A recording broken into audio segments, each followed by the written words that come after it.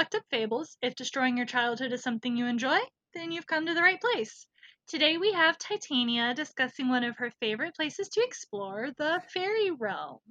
But since it's spoopy month, yay! We're going to go down a very dark turn. So, Titania, what do you have for us today? So it's funny that we say dark turn because arguably all of fairy is dark and twisted in some way. At best, fairies are neutral, and at worst, they are chaotic evil. But I decided to focus more on the chaotic evil side of fairy, and I chose three of my favorite creepy fairies to discuss, So, all wait. hailing from the Unseelie Court. Okay, I was just about to ask. I'm like, so wait, when you say they're all evil, isn't there a good court and a bad court? The Seelie and Unseelie There court? are. There's the Seelie and the Unseelie Court, and I'm actually wrong when I say that they're all from the Unseelie Court because I did choose one from Seelie. And I will break those down. Uh, but I guess I should insert a trigger warning. I'm sorry, I don't usually think of this right off the bat, but there's hints of torture, murder, child murder, that sort of thing in here. So if that's not your thing, tune out now. And don't let my, little glitzy appearance fool you. I decided to dress happy because the content was not happy. So the Seelie court is not good. So the best way to describe the Seelie Court would be either lawful neutral or chaotic neutral. Okay. Yeah. So they kind of have like Uh, their own rules that they follow that may they be set outside do ours. They do, but there's always not everyone. Everyone in the Sealy court follows the same rules, and there's some out there that are more they do what they want because that's their nature, but they're not doing it to be mean or nice. I'll just break it Okay. down the best that I can. Because I'm like, wait, Um, everything I knew is totally wrong. Hold up. you're kind of right. It depends on the region that you're reading these stories from. So Okay. the Seelie and the Unseelie court, they're the high courts of fairy. And that's how the realm of fairy is typically described. It's split into two. So it's often thought that the idea of the courts themselves started in Scottish lore, which is why I say that you are kind of right, because Scottish lore tends to place them in good and evil. Okay. But you can find stories about the courts throughout Europe, and that's where it starts to get a little muddled.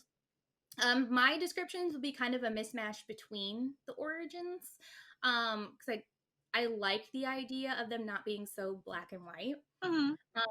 I'll try to specify where the stories come from when I can, but most of the time it's really hard to pin down. Like, yes, this comes from here because it's been passed down orally for so long. It's Right. just the way it is. Yeah. Um, so, starting with the Seelie Court, uh, in Scottish folklore, the Seelie Court is what you would most likely think a fairy to be.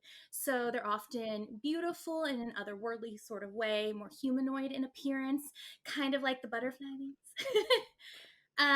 They, when they do have wings, butterfly or dragonfly wings, many of the Seelie Court are thought of as flower fairies.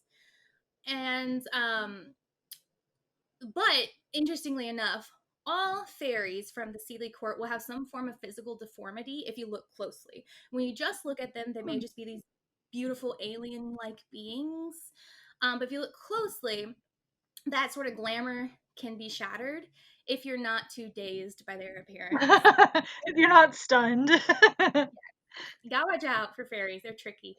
So it could be something like an elongated limbs, Okay. distorted facial features. One described it as like a concave back, which I took to maybe mean like a hump because it's going the opposite direction.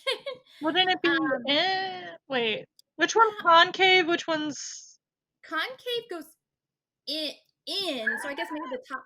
I don't know. I don't know. That was a description. But Yeah. it'll be something about them when you look really closely that makes them no longer seem to be human. Okay. Um, and particularly in Scottish lore, they're often benign spirits. They're curious about humans, but not purposely harmful or threatening. They don't attack humans without being provoked, or if you break a fairy promise, that's always a terrible idea. Um, and they might bestow favors on mortals here and there. Um, and they are sometimes playfully mischievous, such as some of my favorites, the fairies that sneak into your bed at night and tangle your hair. I They know, don't do like harm. I know, like at the Ren fairs, at least here, when you go there, they have like the fairies that go around and they play like Hmm. their fairy games and they'll like freeze people. And that's like their mischievous little thing Yeah, to like freeze the other actors, and it's kind of funny to watch them do that. So they're cute. yeah. Um, but all those niceties shouldn't take away from the fact that the Seelie Court can be vicious, vengeful, and partake in what we would consider great evil. They just aren't generally aligned one way or the other. They do what suits them, and if that's murdering a human baby, then that's what happens. Wow, these, that took a dark turn real quick. these are right. I told you, baby murder. Uh, these are the ones that I typically describe as neither good nor evil. They just are, which Okay. is why I place them more along the lines of chaotic neutral or potentially lawful neutral, depending on which type of fairy you're looking at. So they exist and they do nothing either way purposefully. But that conclusion again is influenced by several regions, not just Scotland. So if you want to be nice, if you want to follow the Scottish lore, you can think the Seelie Court are the good That's fairies. a good idea. Yeah, the Scottish and the Welsh fairies are the ones that If I'm the it most makes you familiar happy. with. I thought it Um, was universal. I didn't know any it is different. not universal because when you think about fairies, they're more spirits that don't fit in our world, and they're usually the cause of things that humans can't explain. So, whether it Okay. be good or bad things. So, Like in they tried, Brave. huh? Like in Brave with the will-o-wisps, where they lead her to the witch that kind of causes a lot of problems, but like Yeah, but in D&D, they're what? Chaotic evil? oh yeah, they are straight up. So fun fact, pause. So in D&D, will-o-wisps are the souls of people who died gruesomely in battle that can't move on to like the next plane of existence or whatever, and so they're trapped there. And so because they were killed in this horrible way, they have kind of manifested these horrible like urges and thoughts because they can't escape them. It's their own form of torture.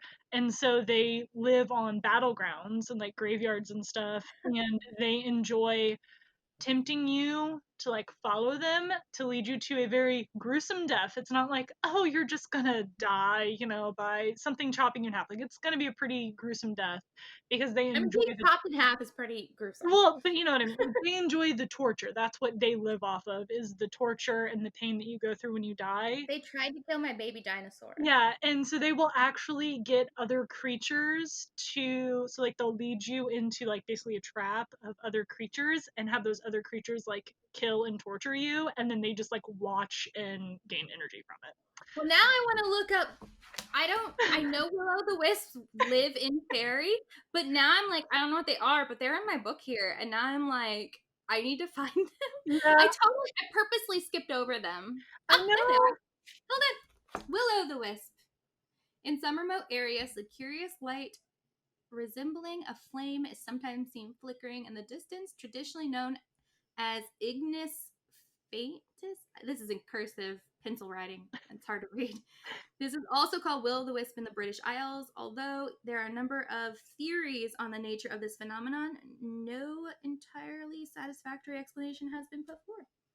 It says nothing else about it. Yeah, I think that they're still considered like a spirit of sorts. Like in Brave, they were like these little spirits that helped lead her to where she wanted to go, whether that was what she needed or not. Obviously, we know it was Right, not. right. So they lead her to the witch, and then like she, ends up with all this stuff. But then like at the end, they come back again and like lead her, like where she's wanting to go, which ends up being where she needs to go. But it's they're just I guess going off of what you're wanting, what you're projecting, and Right. leading you there, whether that's good or bad is another story. Now that I think about it, though, that description in this book, so there's this phenomena at night sometimes where you can see a glowing type orb. Um, I can't. I remember like there's this really good series, documentary series on Hulu, I believe, and I can't remember what it's called, but it's all about these strange natural phenomenons. Like there's this area in the world where like everything slants for some reason and they're not on a hill, and they like do the science behind it, and they find out that there's a really strong magnetic pull there from the earth's core that causes things to Oh, slant. yeah. But it's weird stuff like that. And in that show they talked about these little, it'll be just kind of like a bright, like a burst of light almost, and it'll glow from it and it'll look to move, Is it and it like has something to gas? do with bioluminescence. Oh, I was thinking some type of like gas reflecting light or something like that, but There is a gas that causes weird like holes in the ground. But yeah, it was like some form of bioluminescence, like the spores from some sort of moss oh, okay. That that there or just something, what and like it okay. yeah, it was some weird explanation. But I think that's probably maybe where Will O' the Wisps started. Like, Right, like that was their way of explaining this phenomenon that they couldn't. And it would make sense for moss if we're talking about the British Isles, since they have a lot of like mossy areas right, out right. there, It's a marshes and stuff. really, So, really interesting show, and I'm really bad with names. But if you ever just search on Hulu for documentaries, I'm sure you'll find it. Um, I think it was called. No, I'm not even gonna try. I was like, wait, maybe I know. No, not even gonna try. So back to the High Courts of Fairy. sorry. It's all right.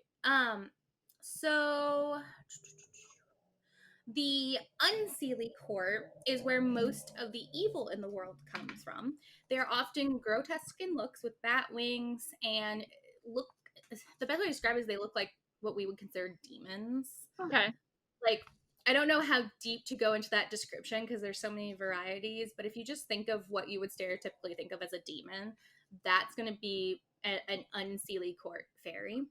Okay. Um, the Unseelie Court is considered chaotic evil, and this is something that really stretches across the regions, because they typically, their nature is to do things that cause torture, maiming, ghastly things.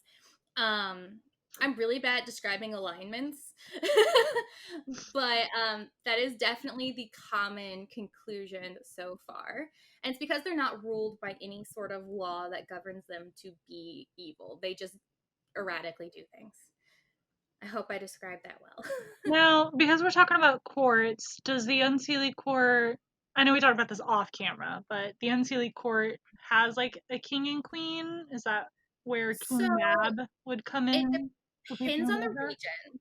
So there typically is a leader of both, and it just depends on the region what the lead king, queen, whatever would be, what their names and personalities would be. It's Okay.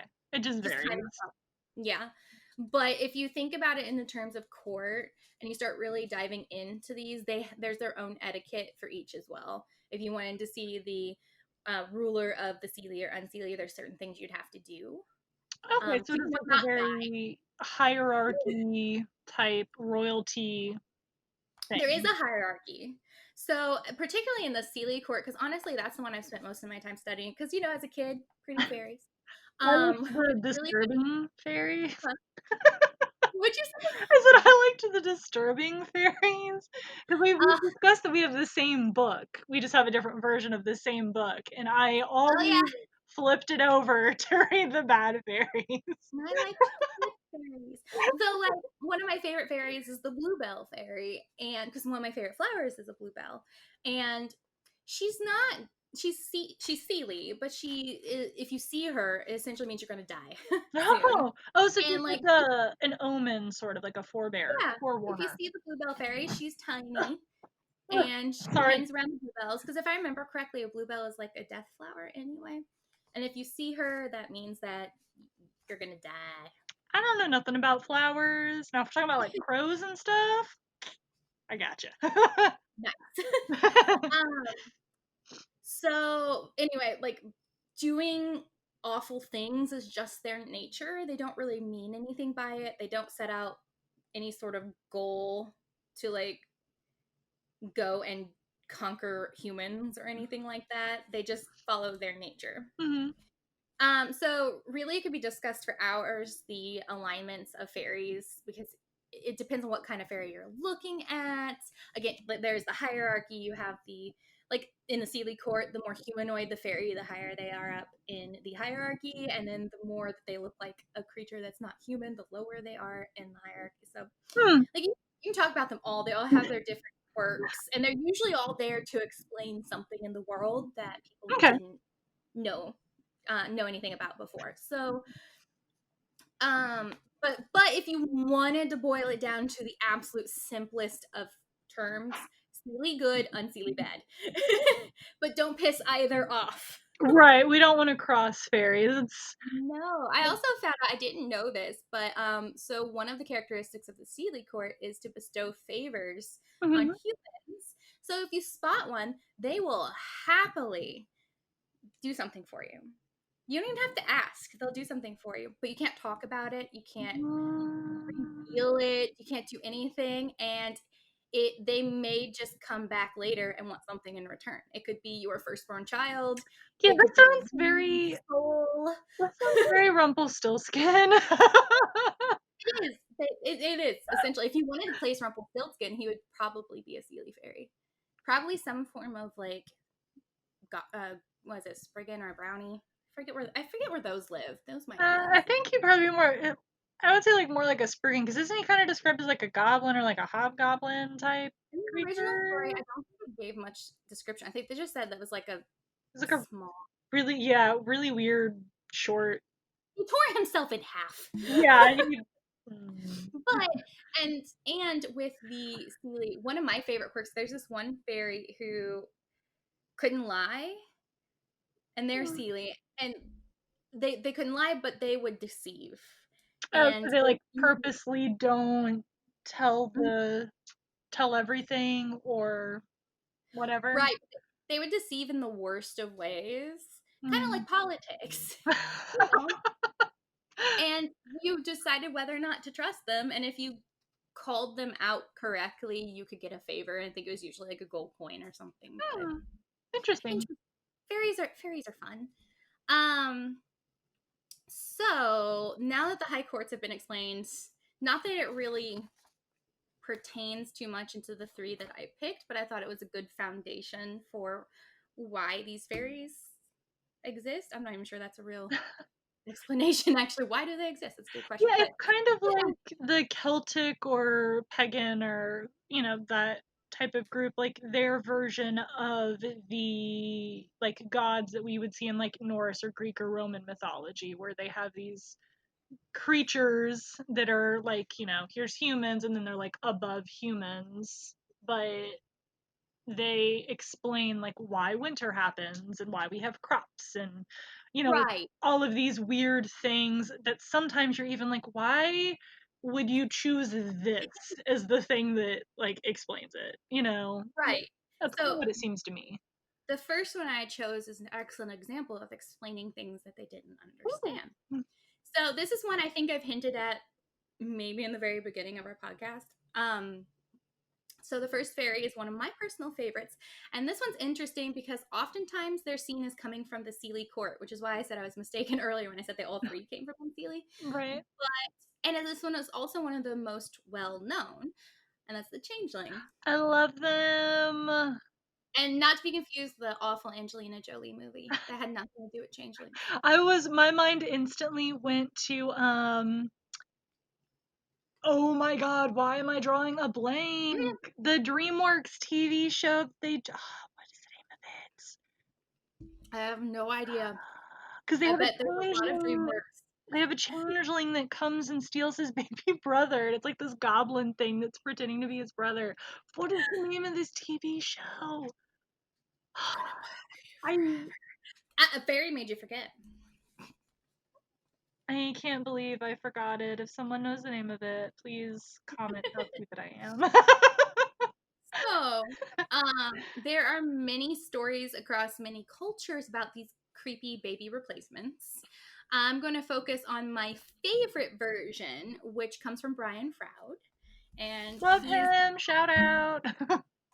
he's the author and illustrator of this book. And if you're watching the YouTube video, you can see what I'm talking about. Unfortunately, can't in podcast. I'm a visual person. I need props. I Hence the really outfits. so he's my favorite. He dives a lot into Scottish and Irish and British Isle lore. Um, you can find this version of the story in this book. It's called Faeries.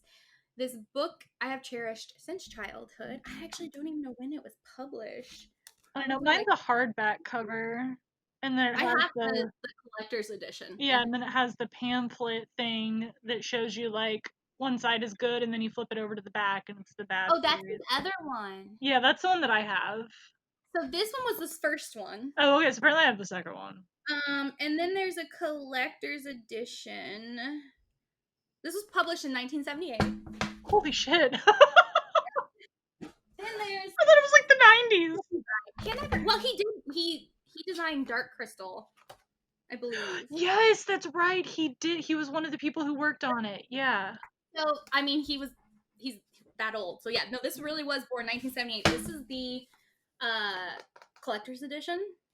That's not the one I have. I have it's a white. He released this one. Good Fairies, Yeah. Yeah. Good Fairies, Bad Fairies is where he takes the stories and puts them in more modern times. That's what got me into the Spiderwick Chronicles.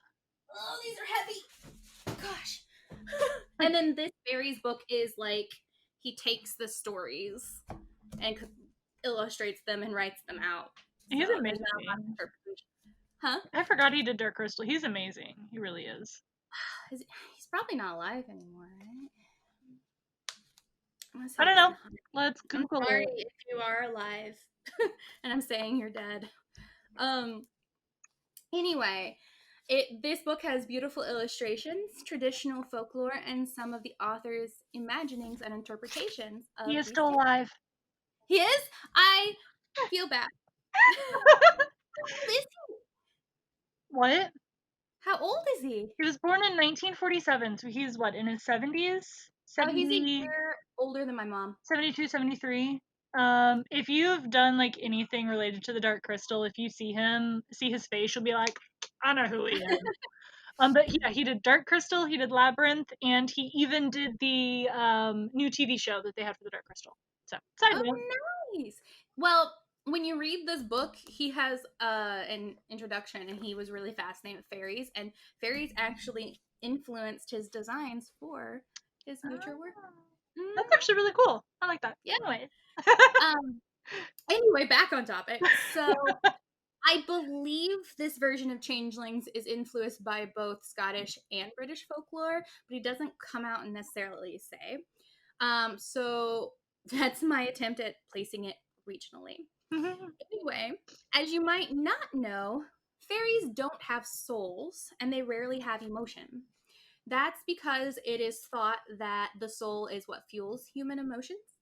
So, this is one of the reasons fairies are so interested in humans, particularly the Seelie court. They find the displays of emotions that humans have confusing and fascinating, and they're fascinated with souls.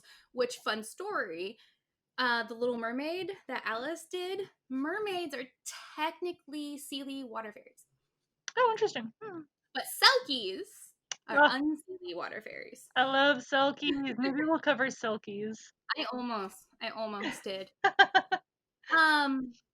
But it's because of this lack of soul that is thought to be the reason why fairies cannot reproduce with other fairies. I mean, but really, I should say that they can't reproduce successfully because if they birth a fairy baby, they often die shortly after birth. So it's thought that their lack of soul is the reason for that. So wait. Yeah. How do fairies reproduce then? I'm getting there. Oh, okay. That's where changelings come into play. So they're a dwindling species and they have to continually infuse their bloodlines with human blood. One way that they do this is that they spirit away an unfortunate mortal who happens to stumble into a fairy ring, another's through the use of changelings. So Hmm. they would do this by sneaking into the nursery of a newborn human, specifically before they were baptized. You can see where the Christians snuck in here, and steal the baby back to Faerie, leaving a changeling behind. The changeling would be an elderly gnome or some other creature, one that doesn't have many years of life left. Sometimes they were actual babies of Faerie, which would die a few days or weeks after they were placed in the cradle. In Brian Froud's version, it was always an elderly creature, or, weirdly enough, one made of wood. The changeling, including the wooden one, would be glamored to look exactly like the mortal baby. So you could not tell the difference between the changeling and the real baby. And then it You would may, just die a little bit later. yeah, Okay. yeah. So like if it was an elderly creature, it would just live out the rest of its years, typically not long, and then die. And then the humans would just assume that their baby died. Right. This is probably where like the dying of unknown causes sort of Exactly. That's why I coming said on. that this is used to explain certain things. Yeah. So the changeling would eventually die, and the human baby would be raised in a dazed and confused state amongst the fairies. They describe that fairy, specifically in the Seelie court, has almost an intoxicating air around it, so that if you find yourself in fairy, you'll never find your way out because Oh. you can't quite tell what's real or what's dream, and you're always kind of fumbling around. Right. Okay. Um, they would wait until the child was old enough to reproduce. Fun story, side note, they would often steal midwives as well to help raise the human babies. Oh, interesting. That's probably where like the fairy circle thing comes into play a little bit more. Where you step into the fairy Yeah. circle. Yeah. Yeah. Then after the baby was old enough, they would reproduce with the human, hopefully adult at this time. And then, after the fairies have grown tired of that human, it would often be given up to a tithe to what we would call hell, which would Oh, happen every 7 years. So the every how unsealed many? 7 years. 7 years. So the Seelie court, and this is why I say they're not nice. Right. They sacrificed mortals to what you would call hell every I 7 years. mean, mortals sacrificed mortals to gods. So. I mean, there's that, but I don't think most people call humans good either. True. Historically, we're not very good. Yeah. So here's the fun part, and where I thought maybe we want to put a small trigger warning in at the beginning. How does one determine if their child is a changeling? Oh gosh. Well, you could throw the baby into the fire. It's Hercules all over again. Good news! If it is a changeling, it will shoot up into the chimney and laugh at you, but it'll be gone. Bad news. Bad news, if you're wrong, oops. or or you can place the baby onto a red hot shovel. Same thing. If it is a changeling, it'll shoot up into the chimney and laugh at you because ha ha ha, they fooled you for a while. If you're wrong, So do fairies just not like fire or heat? Is that fire is considered purification, like purifying. okay? So with the Seelie court, fire is often not a good thing for them because it is purifying. And then with the Unseelie court, it's running water, which is seen as purifying. So why don't they just go and get their kids I baptized? should say running fresh water. No, no, that's the thing though, is that you don't get your you don't get your babies baptized immediately after birth, but that is why we baptize babies, or one of the reasons why Right, but babies I were mean, baptized so early is to when, protect them from changelings, and if they died young, their soul would then go to heaven. right, but would the baptism tell you if it was a changeling or not? Um, Theoretically, yes, but I didn't find any stories of anyone having their babies baptized after it was a changeling. Ooh, okay. So I I know that, also so fairies would not target children who were baptized. And that is an interesting point that you make. What if you had a changeling who baptized it? I don't know. It would probably freak out because fairies on either side do not like God. right, yeah. I am also really interested to know why you would suddenly suspect your infant child is a changeling. I have answers. Oh, okay. So, if the baby was born with a deformity, if it wasn't thriving, if it was thriving and then suddenly got sick and they couldn't like cure it, those are all changeling signs. But the deformity. Hold on. I'm gonna let's mentally do this. let's step back. So, if the changeling looks exactly like the child, do they just assume immediately if it's born with a deformity that it's a changeling? Yes. So, like, They so it pops out the vagina and they're like, must be a changeling, even you must though. have had sex with a fairy.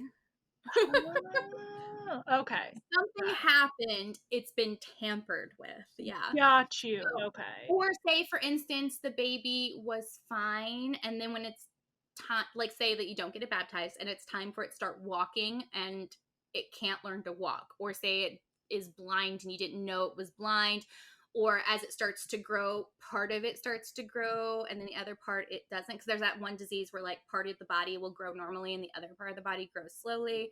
That's considered a deformity. So basically, if you're not a 100% normal, everyday human being, you must be a changeling. Because how Correct. else are we going to describe these people?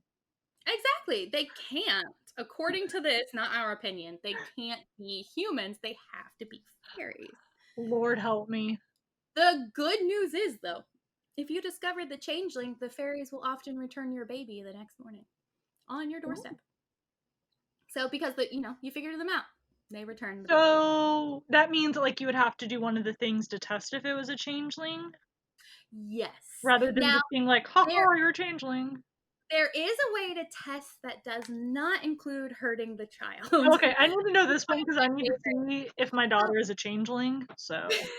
Uh, so the best way to test if it's a changeling is to do something so ridiculous it cannot fathom why you would ever do this, and it will start speaking to you. So, for instance, my favorite way is you crack open eggs and dump out the contents without it noticing, and then you boil water in the empty eggshells.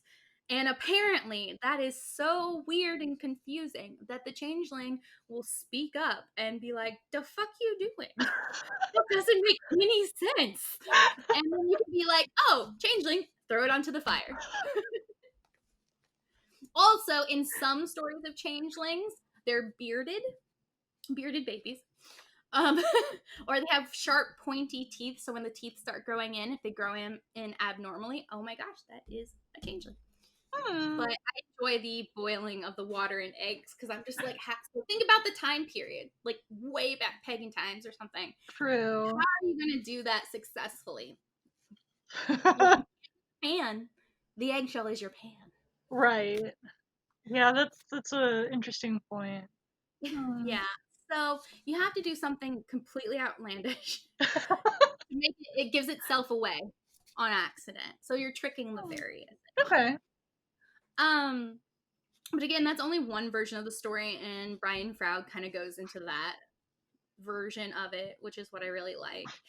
They're used as a way to explain, babies with deformities, or if it dies without any reason, it must have been a changeling. The the sad part about this is that people actually did torture and kill their children thinking they were changelings over Yeah. time. This is one of the only like fairy stories that I would say is true. Like not true because there were changelings, but true because people did things like really bad things because they were so convinced that changelings existed. And there are actually like town municipalities, I guess you'd say, the hierarchy of a town that would want you to do this and help you do these bad things to your children because they also agreed. So essentially, a Mm. court ruling back then saying, yep, changeling, must kill it. Jeez, that's crazy. Yeah, it's sad, but when you don't have any real understanding of the world, You it kind know, of thinks that they would turn to magic and fairies. all I can think of when we're talking about changelings is in the Scandinavian lore when they explain trolls and how trolls steal babies, they steal kids, but and they raise them, but they convince the family that the kid's dead. So like when you watch Frozen, that's what happens with Kristoff. Is that the trolls are like, I'm gonna keep you, and that's literally what they do. So he was raised by trolls, but he had a human Oh, family, that took it dark. and that's their whole thing is that that's what trolls do. That's why you don't let your kids go out alone. You know, like you keep a good watch on them is because a troll will come by and they will literally just convince you that your child is dead. So I'm like, I don't know which I prefer, a changeling or a troll. I feel like though the troll stories, you don't have the parents turning on the children. Yeah, It's like a warning for the children to not wander away too far or something. Whereas the yeah, other one is like, here's an explanation as to why it's not my fault as a parent or my genes as to why this baby died or was not born 100% the way I thought they should be born. because God forbid it's not the fact that you're fucking your own sibling or parent. When you put it that way. Couldn't possibly be that. Stories, really old stories, okay? There Couldn't were be different the. times and different Couldn't be the incest. familial relationships. All right, let's go back. We're going too far away from where I want to be personally. Um, so creepy demon babies were the first one. Uh, Changelings. uh, Changelings. Creepy demon babies.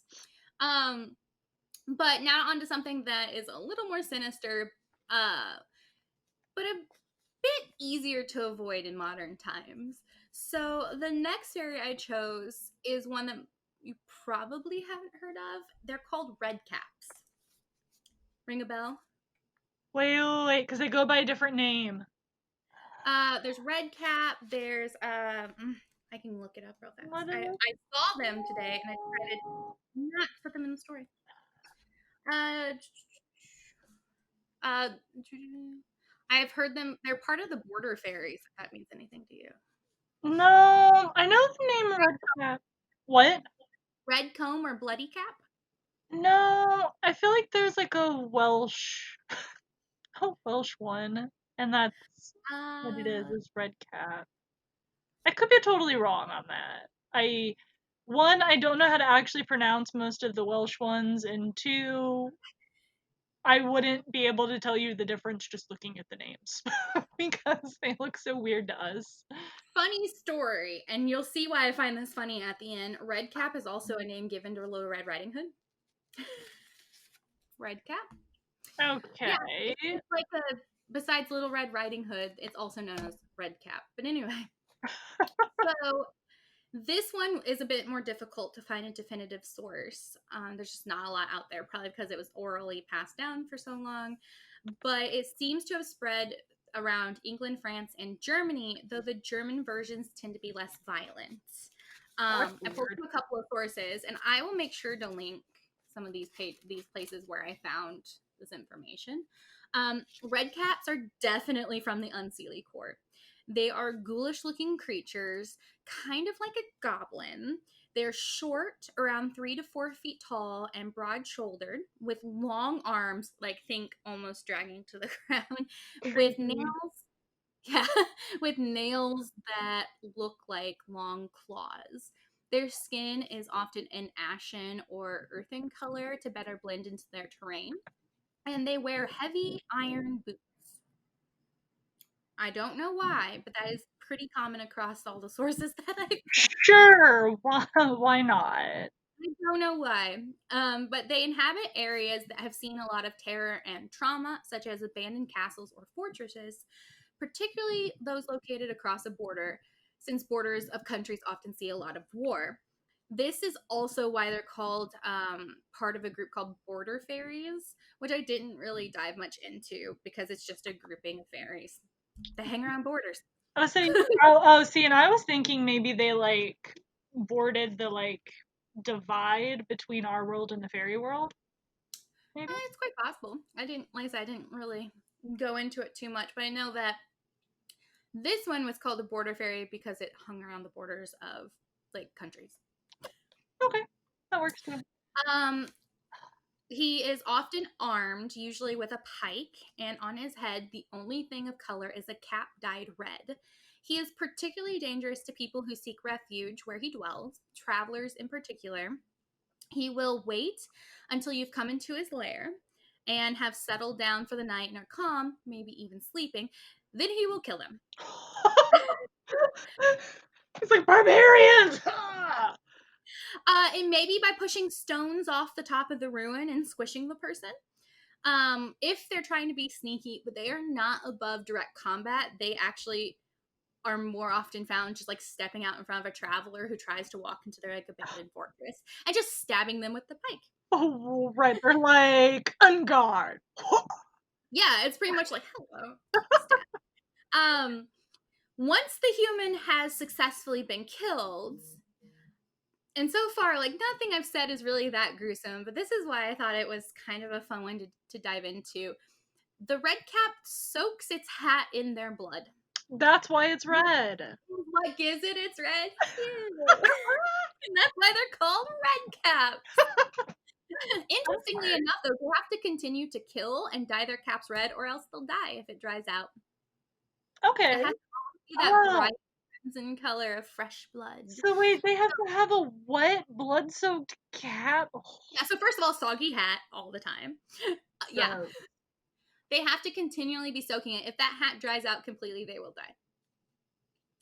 So they will they will actually follow travelers if they see them coming nearby, so they can then kill them. And so they're this is why I say it's really easy to avoid these in modern day times. We're in cars all the time. But think about back then, the dangers of traveling alone on the old dirt roads from country to country. You see an old abandoned fortress and you're like, oh, this is great. This will protect me from the wind. And then a red cap gets you. have you, side note, have you seen Onward yet? Mm-mm.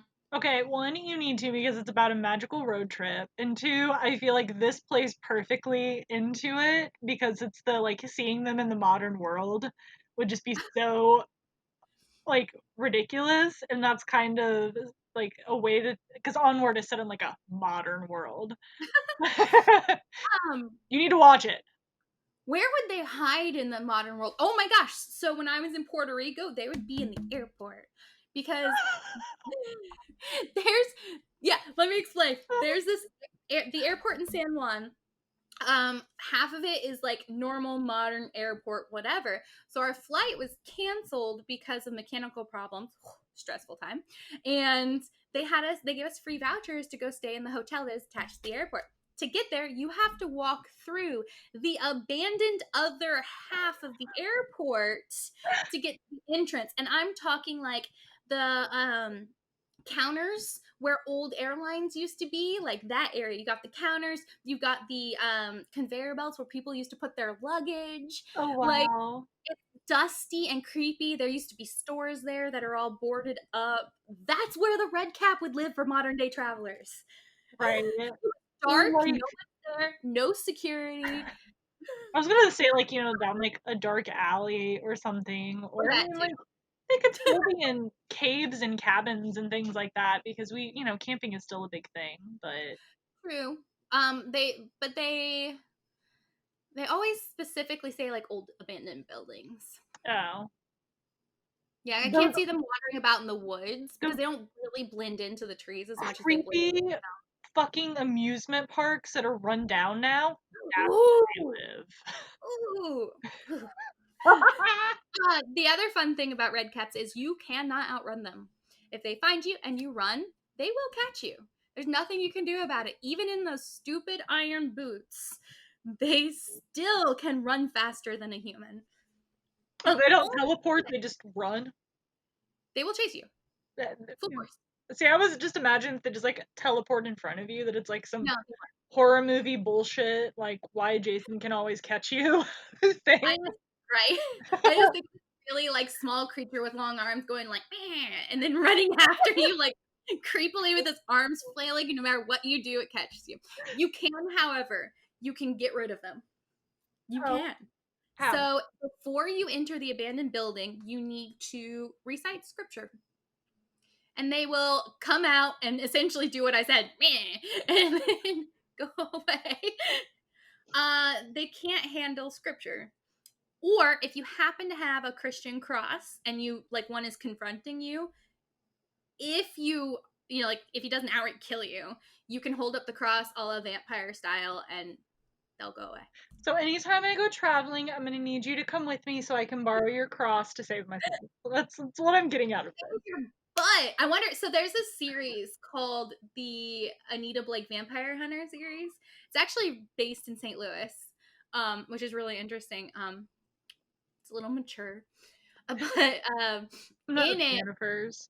huh? I'm not a fan of Anita Blake, but You know it. yeah. In it, you have to believe in God for the crosses to actually repel vampires, and so that's why I find it funny because you have to bring me with you so the crosses work. Right, yeah, because it's not gonna work for me. I don't fucking believe in anything. It's okay. I'll be your God charm. Yeah, it'll work on vampires. It'll work on red caps. I don't I'm know what. telling you, cross is super useful. I don't know what else it's gonna work on, but we got two. We got two down. Did, did it? Did it work on? No, it didn't. Werewolves. Nope. Wrong story. Silver, silver for uh, werewolves, or the moon. mm, um. Let's see. Do I have any more to say about that? No. So That's all for red caps.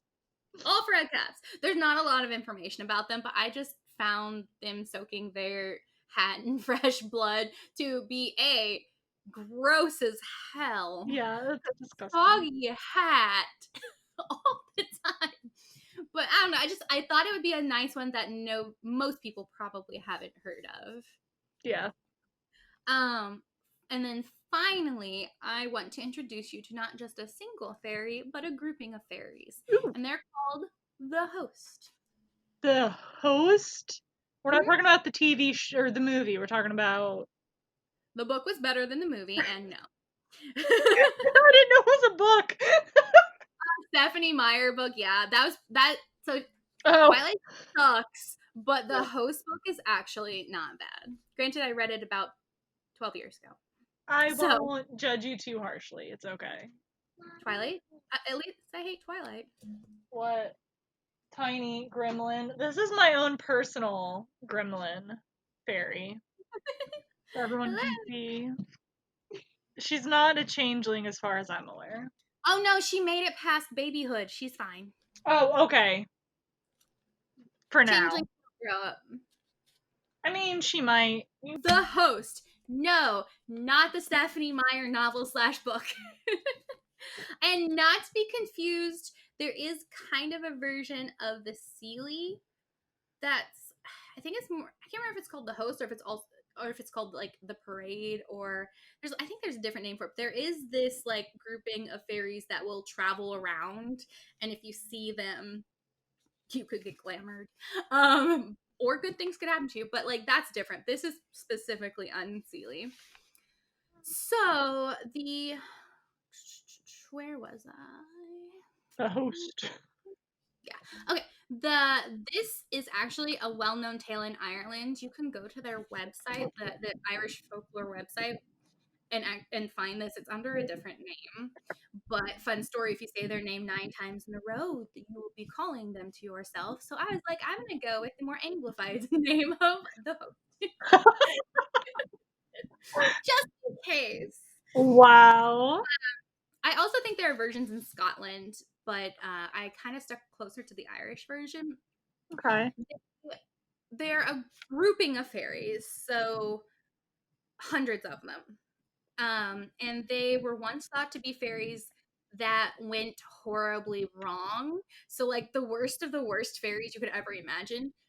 worse than those. Something went like, mental in their brain, or like something snapped, and they now go to purposely hurt things. Whereas before, it's just kind of their nature to do one thing or another. This is they delight in pain and torment.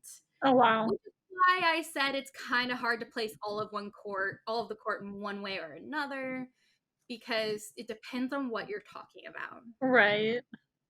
So when Christianity swept through the land, they were no longer thought of as being fairies, but spirits of sinners and evildoers. So that's an interesting tidbit.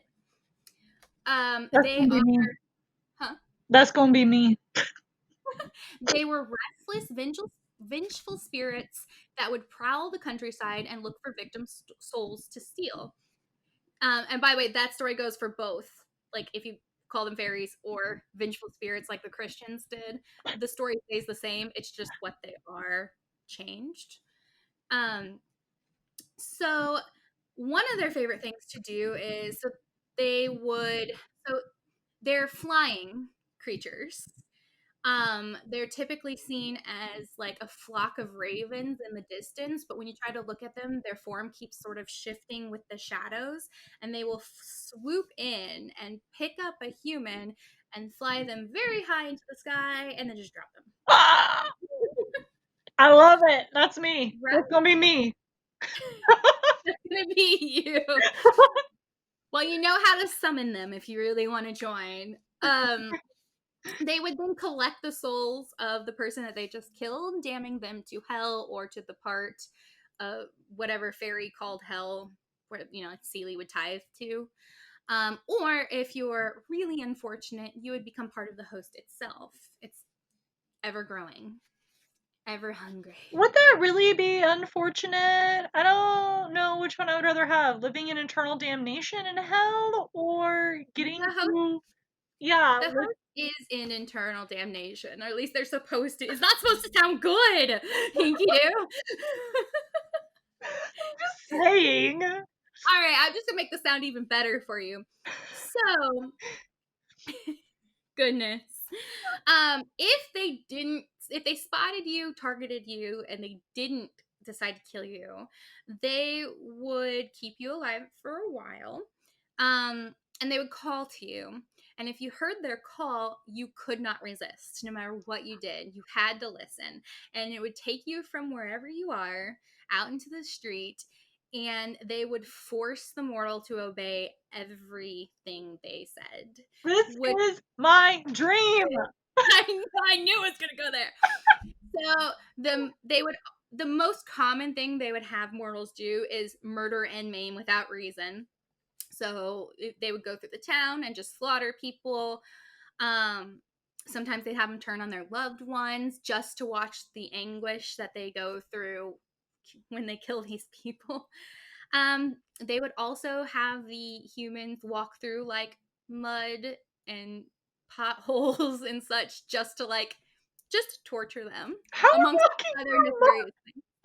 What? I was walking through mud torture. Imagine like you're walking on a dirt road and it's like a muddy pothole and you like fall into it and you fall down and you have to get back up. It's just it's the So way it was funny described. story about that. I have totally done that on accident. We it was raining and we were walking home from school. It was like in seventh or eighth grade, and we came across, like people's ditches, and we were like, oh my god, let's go jump in the ditch. We were jumping in the ditches, and they weren't very high. They were like little ditches. And then this one house we went to, we're like, yeah, this is the next one. Jump in it, and literally up to my chest. Like, I don't know why their ditch was that deep. And it's not like I was really short. At like fifth grade, I was 5'10". Like, I was tall, chest deep in the water. I was like, never again. I'm never jumping in it. I've never jumped in another ditch since then. It was terrifying. My ditch story, because I think every child has one. So our ditches would overflow, and they were probably about like 3 feet deep normally, and they had like these big pipes about a foot and a half wide that would go under the road. I lived in the middle of nowhere, by the way, and we would go and like it's gonna be gross, swim in it. Essentially, we'd go Yeah. play in it. There was this one where it had rained so hard that there was so much water, it actually caused the water to like be sucked into the pipe. And so I'm in this water and I get really close to the pipe because it's what you did. And it took my flip flop and then my leg and I went down and my friend caught me and pulled me out. I wouldn't have ever fit through the pipe. Like, I mean, I was like 7 years old, but I still would, I hope I wouldn't have fit through the pipe. Um, but yeah, that was the last time I ever went in one because I now have a slight fear of being like sucked into random holes. I mean, I feel like the host was trying to take both of those at those moments in our lives. To be fair, as long as I didn't get stuck, because if I would have gotten pulled in, like if I would have fit and I got stuck, I would have drowned because that water was there for 3 more days. Yeah. Um, but if I wouldn't have gotten stuck and kept going through, I just would have fallen off a hill on the other side Man, of the you road. wouldn't have drowned along the way. My gosh. Right, right. I'm just saying, and it would be dark and no, thank you. This is why I feel like they've been grooming me since I was a child, and that's why I'm just like, this sounds dope as hell. Maybe you are going to be part of the host. So, but yeah, so think of it as like you're at night, you're alone, they're having you walk through rose bushes and through rocks with no shoes on and making you go through like difficult terrain like potholes and stuff to purposely trip you up because you don't have any control over your limbs, so they can make you stumble, so you're getting bruised and bloodied and it's not fun, and then you get to go murder people, so that's exciting. When they tired of you, um they would turn around and just start torturing, like outright torturing the unwilling pawn, sometimes all throughout the night before finally killing them. And again, they would steal their soul or they would also become part of the host. Um, but I find this like particularly cruel because imagine the mental anguish a person under their control would feel if they're being forced to kill innocent people or if they were even turned around like Hercules, Right. forced to kill the people that they loved and literally not being able to do anything about it because your body would obey it, but your mind was still your own. So you could watch everything that was going That's really weird. See, and now I'm here thinking, not that this is okay by any means, but I wonder if they also use this to like create more fairies by forcing them to like have sex with them and stuff to produce children. on. Ooh, maybe. You don't really hear about that with the host, but maybe, quite possibly, or they just, take your soul and make you join. I mean, yeah, I was just, Best ever. I guess that's how they grow their numbers, but I was just thinking, like, in general, I wonder, if they might use their ability to do that to help create children, even if it was with like other fairies or something, not necessarily The with humans. host is kind of different from the rest of fairy. Think of it like a hive mind. Hmm. It's multiple beings with all the same thought, sort of. Um, and if you look at it from the Christian perspective, they're already dead. But if you look at it from the fairy perspective, they're like what you would consider the misfits of the unseelie court, the maybe the mentally deranged of the unseelie court that then Maybe banded together. maybe they go all not Perseus, wow. Maybe they go all Theseus and they just like inhabit someone and that person happens to get pregnant from it and boom, that's how. But my thought was that maybe like impregnating people isn't necessarily their ultimate goal Well, because no, definitely not. I was just thinking, do they impregnate people? you Good question.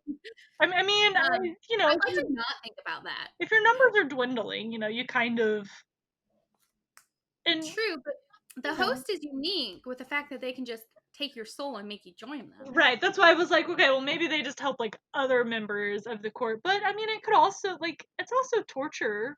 I personally have not experienced being raped, but I can only Interestingly enough, imagine.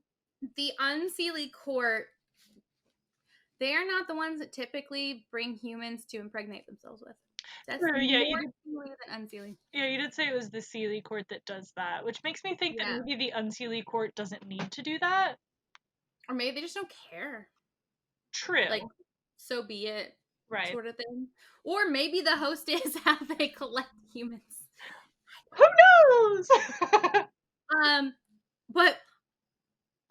So yeah, so what was I saying? I don't Oh, know. and animals aren't safe either, by the way, which I think is awful. Because if they're flying around and they can't find anything to satisfy their hunger for torture, they'll just do it to animals. So maybe I should put animal torture in there too in my I trigger wonder warnings. if this is why squirrels and other animals randomly like to run out in front of your car when you're driving and give you a heart attack and make you swerve off the road. It's the host. I was wondering if this was an excuse that people gave for say somebody turned around and killed their whole family. And they're like, it wasn't me, it was the host. Right. You know, like if that was what this explanation was for, Or or like, someone went on a murder spree. right, I was gonna say like a serial killer type thing. Yeah, or if they got drunk and did something really bad, Yeah. and they were like, it wasn't me, it was the host. Right. So, what did the host look like? Like I said before, they're often depicted as a flock of ravens in the distance that are always twisting with the shadows. So it's really hard to sort of like pinpoint an exact form. But another description has them looking like winged, twisted humanoid beasts. So with what I like this phrase, hateful features. So think about like somebody always scowling. So Um, they're a harpy. Interesting. Maybe. They have talons, long, mangled arms. And interestingly enough, they're always fighting each other as they fly overhead. So imagine, you know how you see a flock of birds that are really angry and they seem to be fighting each other? That's what I imagine, but with like more humanoid, bat winged creatures. Yeah, they're harpies. Okay. They're always like Gotcha. shoving them, like shoving other people out of the way, other parts of the host out of the way because they want to be the one to get down and like get somebody. So like they fight amongst themselves all the time. But again, it's still like a hive mind. They fly together, they do things together. I bet if they spoke, it'd be creepy and all at once. Um, but they devour all that comes into their path. And since it's a group of many different kinds of beings, it's really hard to find a specific description of like, this is exactly what the host looks like. Also, they only come at night. So, again, a specific description doesn't necessarily exist.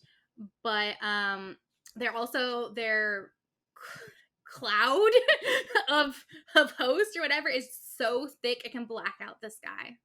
Ooh, I have definitely seen ginormous flocks of birds, especially around East St. Louis. And it is like Oh, back where I used to live in Illinois, I congregate. have a good video I should show you because I heard all this like bird squawking and I opened the door and my front yard is covered in these birds and like I just stood there for a few seconds and then they all flew at the same time and you just hear this of their wings and it gets Terrifying. silent for a second. Yeah, I've definitely seen that over like Soj and East St. Louis. Definitely seen like thousands of crows slash ravens just sitting there and then like still as can be and then all of a sudden they're just It's the host. flying. No, it can't be the host. And I will tell you why it can't be the host. Why? Because they only appear once a year during Halloween. Or Sandheim, if I'm pronouncing that correctly. No, it's Um, not Samhain, it's so, it's not Samhain. It's not that's the pronounced way it's spelled. I don't I know how think to pronounce. it's sweet no. Sweet sweet. Swing.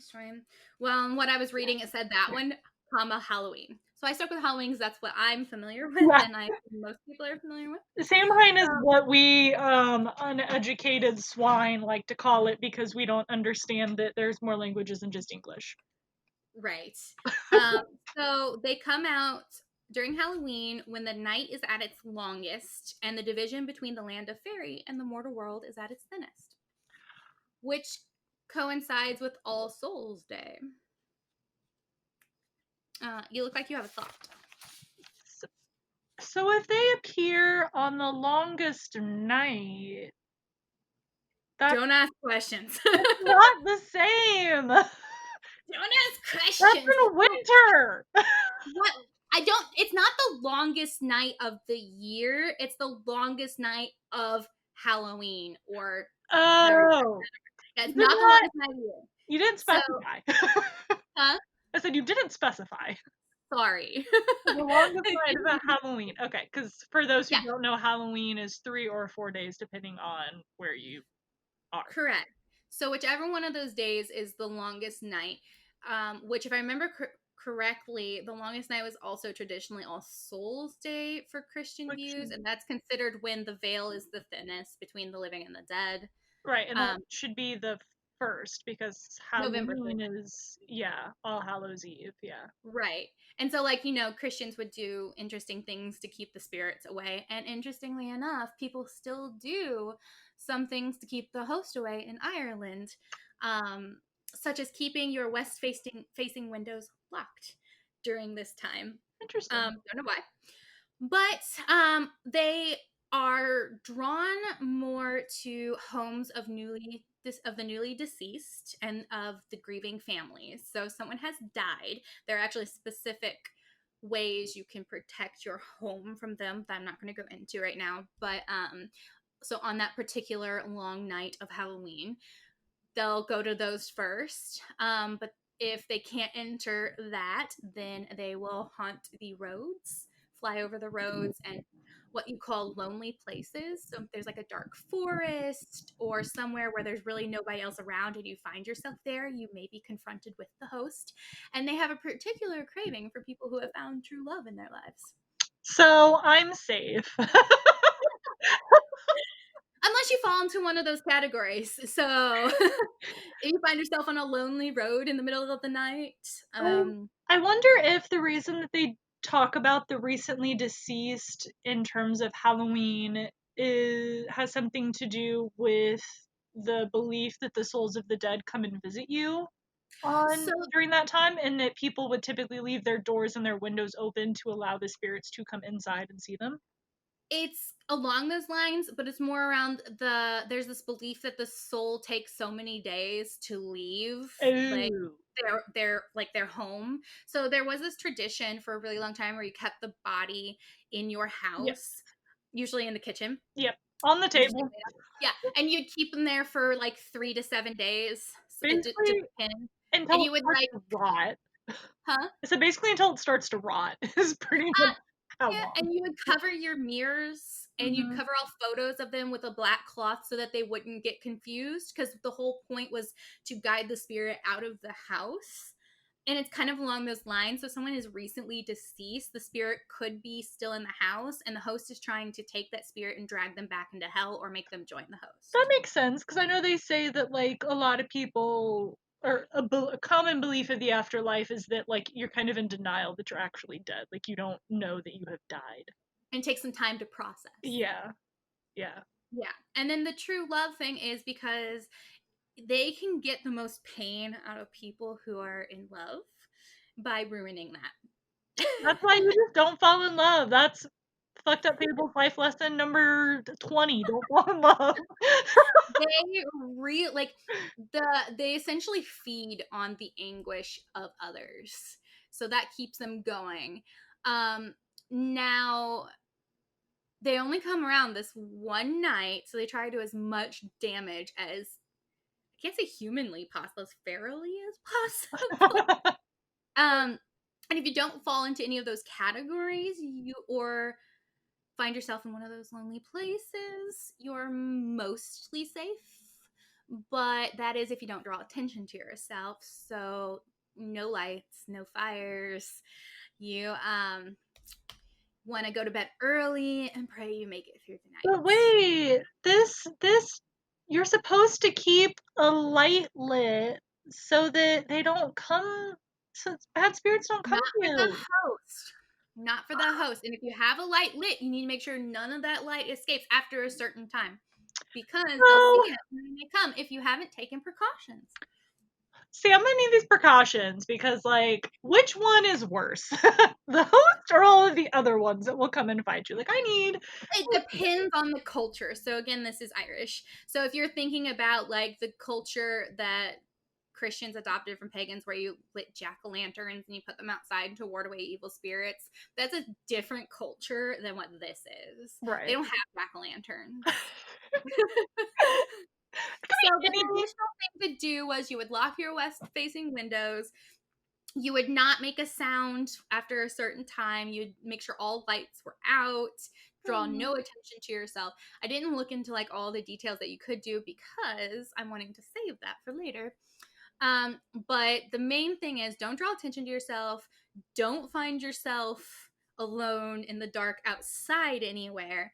Protect your pets and pray. Because if they do find you, they're actually really difficult to get away from. I wonder if crosses work Get against away. them. What? I said I wonder if crosses work against them.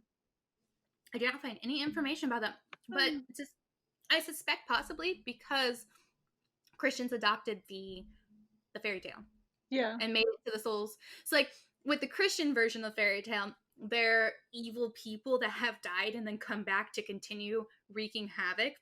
And so it was supposed to help ward you away from being an evil person because you don't want to be damned. And essentially, they would live in hell for every other day of the year and then get to come out and drag more people with them. Right, I'm like, because just going to hell and eternal damnation isn't enough. Like, No. And then with fairy, it's more along the lines of you get dragged into their world forever, or you join the host, or they give you to. I say their version of hell because I honestly can't remember the word for it, but it sounds the same. So either way is supposed to be damnation, and it's supposed to keep you from not from being a bad person or from just being outside at night. so don't go trick or treating late at night on Halloween unless you're like me and want to invite the host to come and take you because they sound dope as hell. Cause you're a Because weirdo. I'm a weirdo. My moral for the story is probably a really good one, and that is don't cross fairy, either Seelie or unseelie. Oh, I was gonna say, I think it's gonna be my moral for every story. Walk away. don't fuck with the Fae. They fuck you So what? up. Don't fuck with the Fae. They fuck you up, man. I don't care how nice they're being to you, they don't do anything for no reason. Exactly. They'll come back I and wouldn't crumple still scare me. Mm-mm. Um, well, that is all I have for you. We will continue our spooky month with a little bonus episode from me, which is why I didn't want to go into how to ward off fairies, because my bonus episode will be how to ward off fairies.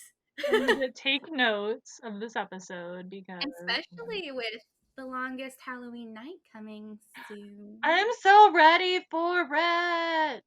Maybe we'll decorate our little area right before Halloween, so it's all in the picture. Warding off fairies, warding off vampires.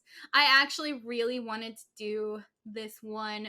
There's a vampiric fairy that I thought would be really nice, but if you take inspiration from her, you die. So I was like, just in case. Oh, Right. totally forgot before I wrap up, for those who are actually watching the video, I actually brought pictures. Show and Because, tell. Show and tell. so this is the host. Nah, that looks dope as fuck, man. Do not join the host. Too That's late. look good. Too late. And then these are red caps. Oh, look at him. He's so cute. Really murders you. With his little craggly teeth. I did not show the changeling. I mean, I guess I can. So this is essentially, it's just an old gnomey looking thing in a baby blanket, but they're glamored to look like a human baby. So it's kind of like, what picture do you really show? Anyway, It has big floppy ears. great. You're gonna have a changeling baby and join the host. This is not what this episode was supposed to do. I'm supposed to be warding you away from the creepy and the Maybe, harmful. maybe you should have started with that. Ugh. Did it for you then? That's my question. Did it start worse and slowly get better? Because I did take it from not so bad, in my opinion, to kind of worse to the worst. Not really the worst, but in the three. I don't know. In my opinion, I feel like red caps are not like high on the totem pole. Like I probably would have done those as like the least intimidating. I don't know. Changelings to me are just utterly terrifying because it's like I don't know. It's kind of like that catch 22, like the whole like witches and like all of the different ways to prove are they a witch or are they not Oh a yeah, if witch. they drown, they were human. Right, like that's If they don't horrible. drown, witch, killing Yeah, me.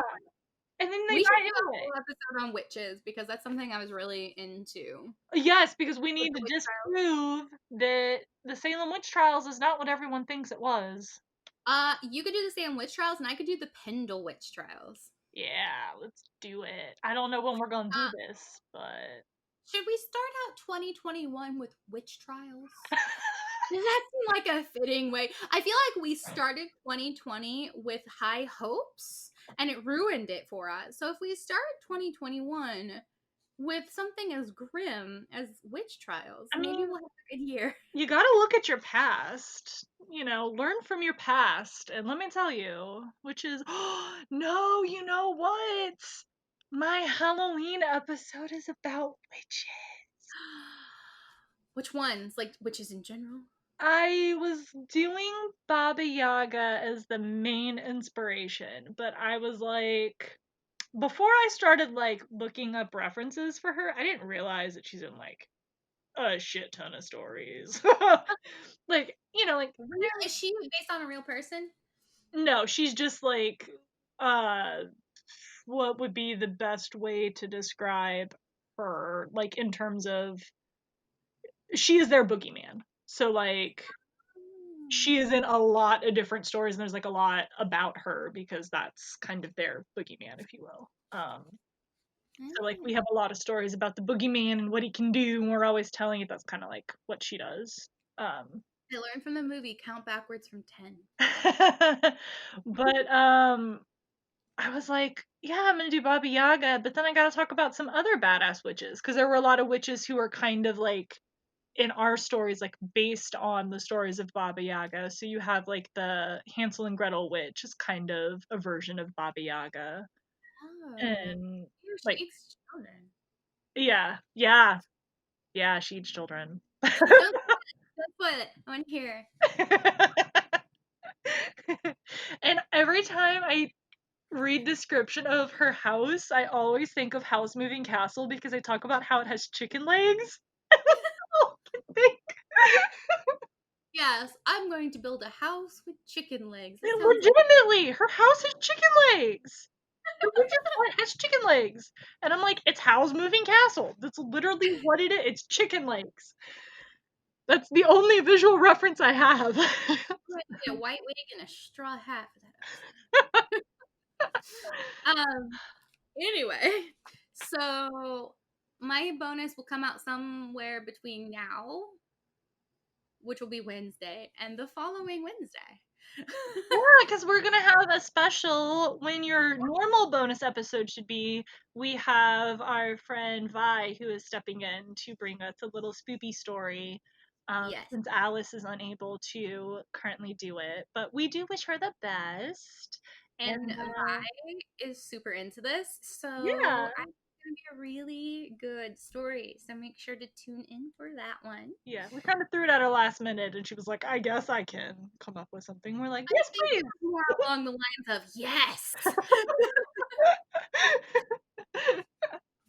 I've been followed up with like, let me think about it. Let me think on that. But yes. Yeah, yeah, like I could do this, or I could do this, or I could like, yeah, I'm gonna do it. I just don't know what I'm gonna do. And we're like, it's okay. Not everyone um, can be me. It's okay. So yeah, so make sure to tune in every Wednesday so we can creep you out with more chilling tales to ruin your childhood memories. We love it. And each week this month, we're sporting themed costumes. So make sure to check out our YouTube channel so you can catch our lovely faces and see what we're wearing. My wings are adorable, just FYI. I like your crown better. Really? Yeah. I like my wings because they flop. No, you know what we did before we go? You need to explain because this ties into the name that you chose. Oh, Titania or Yeah. Titania.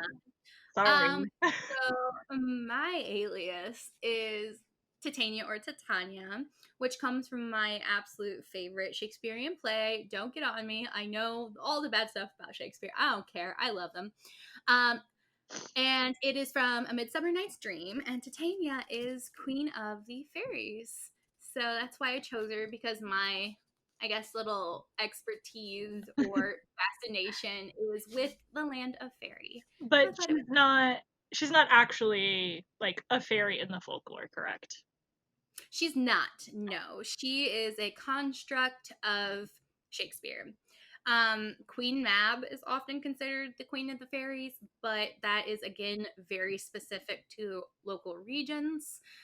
Everyone kind of has their own stories for who leads what. So I didn't dive into them because I'd have to choose one. I don't want to. I like having a mismatch of everything. They're like, I like having all of the options, and I'm like, let me get super restrictive Yeah. in what I'm about to talk about. But Titania, I like her. She's wonderful. I believe she's played by Michelle Pfeiffer She in the is in the movie. movie. Hmm. She So turns that's what's his face into a donkey because he's an ass. oh, and also Puck, who that's also in that movie, is actually a fairy from folklore.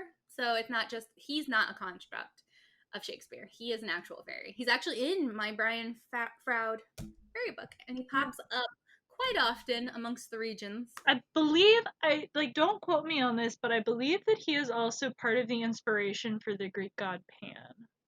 I think Oh, that's I kind of could where see it. they pull him from because he's the woodland god. I could And see it. He's yeah, kind of like a trickster. yeah. He's also in Gargoyles. Just throwing that out there. So isn't Loki also in Gargoyles? Is that what he's in the TV show? And he plays I like a lawyer or something utterly ridiculous. don't like, let's be real. Because he's like, what's the worst way to torment people? I'm gonna be a lawyer. I think that's in Gargoyles. I don't remember now. I do remember Puck. He was white haired and he wore a red and purple shirt, and he often got captured. You have to put this in there. I remembered the name of the TV show. It's called Troll Hunters. All right. Hold on. Do I remember mine? I think it's like, nope, Strange Earth or something. I don't know. Nope, I failed. I Anyway, remembered mine. Mine's huh? important here. Okay. Mine actually has a changeling in it. Well, there you go. Yeah, it's actually quite interesting because there aren't a lot of depictions in modern day cinema or television that actually has changeling in it. And it was the Angelina Jolie movie that I that's called Changeling that I thought was going to have something to do with changelings, because it was the first time I'd seen that at all pop up in modern day cinema. And when you watch it, it's actually, I think, based on a true story about a woman in the 1920s whose child gets kidnapped and murdered. And Oh, I I, thought it was about. I don't get the name. I feel like they're focusing on like the fact that her child was spirited away, but there's more to a changeling than just a missing child. So No, I thought that. I mean, I've only seen the movie once and it's been a while. I thought that it was about the there's like a medical condition that I don't know if it's like considered a mental illness or not, but it basically like you start to think that everyone's been replaced in your life. So like oh no. you don't like you see your child and you're like that's not my child, but like if you hear their voice without seeing them, you're like, "Oh, that's totally my kid." But the moment Unless they were you trying to communicate that, because at the very end, because like the police don't believe her, and at the very end they actually find a serial killer that was kidnapping and chopping up children and putting them in the chicken coop, and her child was never found amongst them, but she was this is based off a true story. This is, I remember this. hmm. Google. See, I always thought it was just that phenomenon because like we don't understand why it happens and it just happens to some people and there's like literally nothing that you can do to convince them that the person that they believe has been kidnapped, which is typically like their family or loved ones that they've been replaced, is Oh, not actually replaced. no, okay, now it clicks, because again, I've only seen this once because I have the description up, and I've only seen it once myself, and I was really confused. So the boy that steps off the train is not her son. So it's set in 1928 Los Angeles. Single mother Christine arrives home to find her son Walter missing.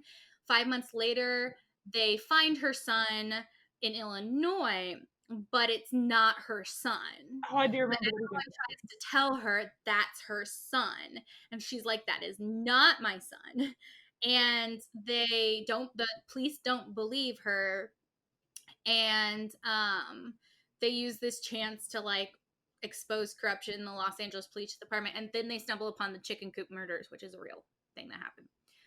Um, That's because I remember the chicken coop murderers from one of my Grizzly documentaries I listened to, but I get it now because they essentially, and I get why you're saying that, because that's what they were trying to convince her of, that she was having some sort of psychological delusion thinking that that child was. Yeah, it's called imposter syndrome. And that is the belief that your loved ones or other people that you know have been replaced with doubles or imposters. And Oh. it's so real to you that there's literally nothing that can change your mind that that they haven't been replaced. It's also called Capgras syndrome. I don't know, I just googled it. Nice. Yeah. But yeah, so And essentially that's what the police are trying to tell her is happening. Um, and she's like, no. And then she's convinced that her child was murdered by the chicken coop murderers, but they don't actually find her son amongst those murders. And I think it ends like ambiguously. I don't think we actually find out whether she has that condition, if that boy is her son, if her son was actually murdered. I think it just kind of ends. yeah, But typically people like don't go missing and then come back and you assume that they're an imposter. It's just like one day you wake up and you're like, that's not my child. That's not my husband.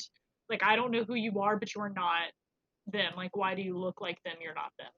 not gonna lie, seems like a good excuse. There's I'm not saying it's not fake. I'm just saying that if you want to get rid of somebody without murdering them and you don't want to like take on that guilt, you could totally pretend to have this. it's Also, no, it's like really messed up. I know like Criminal Minds has an episode about it and he like plans to murder them because they won't bring back his actual family. is that kind of like And it's kind of like alien hand syndrome then I guess, where you think like your limb is not part of you, so then people cut it off. yeah, I think there might have been like an SVU episode as well where they like break into this house and it's these two parents and they're like, "Where are your kids?" And they're like, "Oh, our kids like are not here or something." And then they find the kids locked up in cages dying in the basement Oh because they were geez, like because both of them believe that like it wasn't their kids. that sounds like a And real psychological break. yeah, like it's fucked up. I don't know if they even know what causes it, but there's like nothing that they know of that can reverse it. So you just live your entire rest of your life thinking that your loved ones have been replaced by imposters. It's weird because there's another mental condition called the imposter syndrome, but it deals with more like work.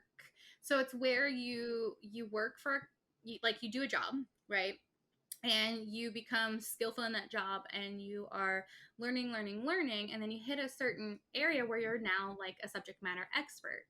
But for some reason, we hit this imposter syndrome where you start to question everything that you do, and it's like I have imposter syndrome. I think I suck at my job.